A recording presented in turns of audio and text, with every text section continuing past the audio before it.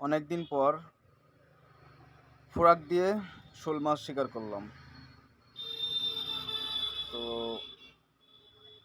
বছরে এক দুইবার এই সুযোগটা পাওয়া যায়।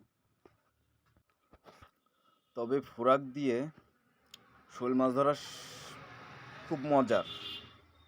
একমাত্র যারা ধরে তারাই জানে। কারণ মাছ যখন অ্যাটাক করে, হ্যাঁ, মনটার ভিতরে যে এত মানে লাড্ডু ফোটে, কিন্তু যখন মিস হয়ে যায় তখনই এত খারাপ লাগে।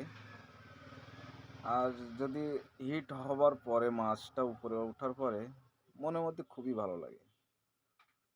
তবে আমি যখনই যাই একটা দুইটা তিনটে সাইডে কম বেশি পাই, খালি হাতে আসি না। তবে আজকে ভিডিও করলাম। আমার ভিডিও করা হয় না, কারণ আমার ভিডিও করার মতো লোক নাই, ক্যামেরা ধরার মতো লোক নাই, একা তো। তো আজকের আমার ছেলে ছোট মানুষ, তার হাতে ফোনটা ধরাই দিছিলাম। তো দেখেন তার ভিডিও করা।